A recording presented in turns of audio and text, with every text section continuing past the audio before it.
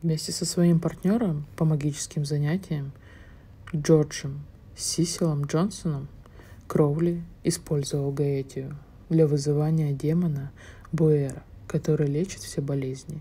Они хотели помочь Алану Беннету, страдавшему астмой, каковому следовало перебраться в более теплый, нежели английский климат, но не было на это средств.